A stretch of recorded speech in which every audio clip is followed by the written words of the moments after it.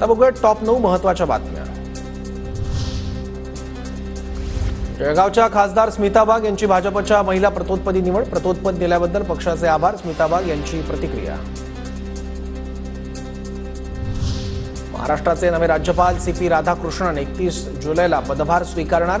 राधाकृष्णन हे महाराष्ट्रात येणारे झारखंडचे तिसरे राज्यपाल। मराठमोळ्या मल्लखांबपटूंनी पॅरिसचं मैदान गाजवलं। इंडिया हाऊसमधील मल्लखांब खेळाच्या प्रात्यक्षिकांना अभूतपूर्व प्रतिसाद लाभला। 4 अंध मल्लखांबपटूंनी जगभरातील प्रेक्षकांची मनं जिंकली। वरळीत पुन्हा हिट अँड रनची घटना। ठाण्यातील अत्तर व्यावसायिकाच्या गाडीनं तरुणाला उडवलं। घटनेच्या वेळी गाडी ड्रायव्हर चालवत असल्याची माहिती। एनसीईआरटीच्या अभ्यासक्रमातून मनुस्मृतीचा संदर्भ हद्दपार। अनेक तक्रारीनंतर एनसीईआरटीचा निर्णय।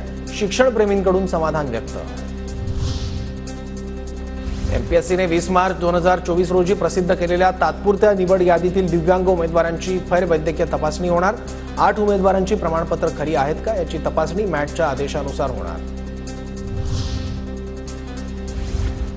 साखरेचा किमान विक्री दर वाढवण्याबाबत केंद्र सरकार लवकरच निर्णय घेणार। केंद्रीय अन्न सचिव संजीव चोप्रांची माहिती। राज्यातील आरटीआय प्रवेश प्रक्रियेत निवड झालेल्या उमेदवारांची दुसऱ्या फेरीची निवड यादी जाहीर। 51,099 उमेदवारांना प्रवेशाची संधी।